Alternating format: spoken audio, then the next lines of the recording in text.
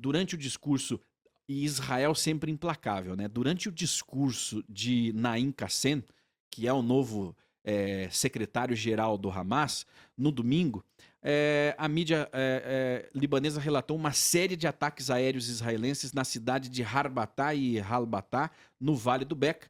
E há pouco tempo a IDF conduziu, diz, né, a mídia, ataques de precisão baseados em inteligência em vários locais militares em território libanês, contendo lançadores de foguetes e armas, onde a atividade do Hezbollah foi identificada, disse a IDF em uma declaração. Ela ressaltou que qualquer atividade terrorista do Hezbollah é uma violação do acordo de cessar-fogo, e isso vem acontecendo nos últimos meses. Em seu discurso, o Qassem, o secretário-geral do Hezbollah, alertou que o plano do presidente dos Estados Unidos, Donald Trump, para a faixa de Gaza é uma ameaça aos países árabes e muçulmanos. Ele pediu aos líderes árabes reunidos que formulassem um plano para combater a ideia de Trump para Gaza, garantindo que isso evitasse o deslocamento dos moradores de Gaza, ao mesmo tempo em que expressava a prontidão do Hezbollah para ajudar a impedir a implementação do plano de Trump. Qassem também falou sobre o cessar-fogo no Líbano, exigindo que Israel se retire completamente em 18 de fevereiro. O Líbano, ele acrescentou, não deve aceitar nenhuma concessão de 5 pontos ou qualquer outra coisa. Acontece que o Trump já decidiu e permite que Israel continue lá. É uma questão para a própria segurança de Israel, visto que a missão lá dentro do Líbano ela não foi completa. Se o Qassem ainda está discursando, Fábio, falando com os seus seguidores, falando com os membros do Hezbollah, os terroristas, é porque ainda falta muita coisa para ser resolvida lá dentro. Então Israel agora permanece por tempo indeterminado e permanece nesses 5 pontos. Permanece nesses 5 pontos. A ideia é se retirar do sul ali.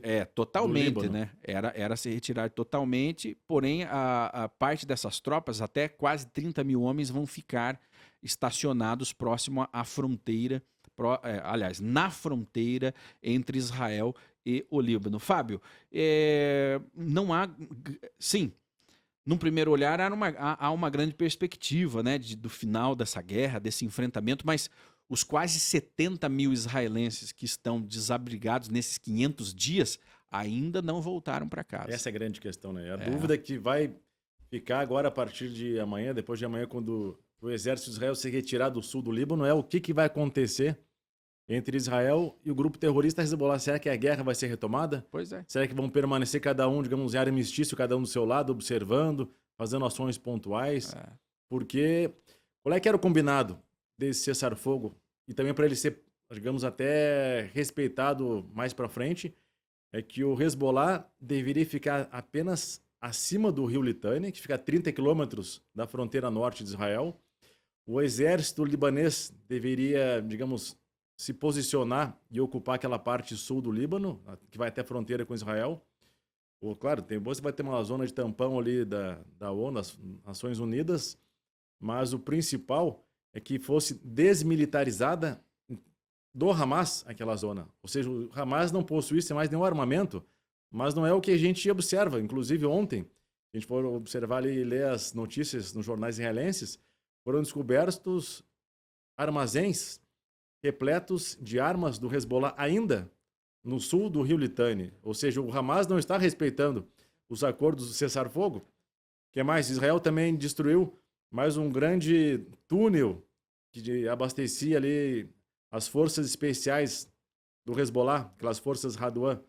Ou seja, o Hamas está se preparando, está sendo abastecido pelo Irã de forma clandestina de recursos financeiros, também de armamentos, por meio de aviões civis. Inclusive, Israel proibiu que aviões civis pousassem nos aeroportos do Líbano, por conta desse risco do Hamas voltasse, digamos, de se fortalecer e ameaçar o Israel, porque vou dizer uma coisa para vocês.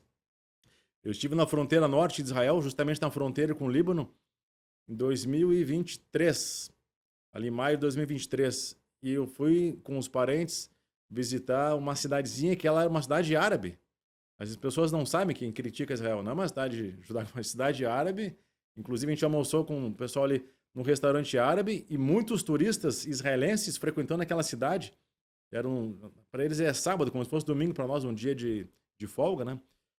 Visitando aquela cidade, restaurantes repletos de turistas israelenses, muito bom para a economia local de uma cidade árabe, mas fazia fronteira com o Líbano. Inclusive, a gente foi na parte de trás de um restaurante, a gente conseguiu observar a cerca, que era a cerca que fazia divisória, fronteira com o Líbano. Ali também tinham as torres de observação das Nações Unidas.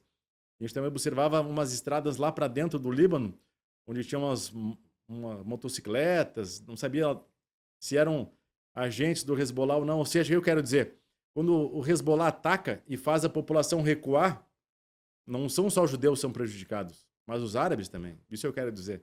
Quando o Hezbollah ameaça, quando ele ataca, ele prejudica a economia não só dos judeus, mas a economia também dos árabes que moram dentro de Israel, são cidadãos israelenses que podem frequentar as mesmas faculdades, os mesmos hospitais, mesmos colégios, mas que são prejudicados pelos seus irmãos do Hezbollah.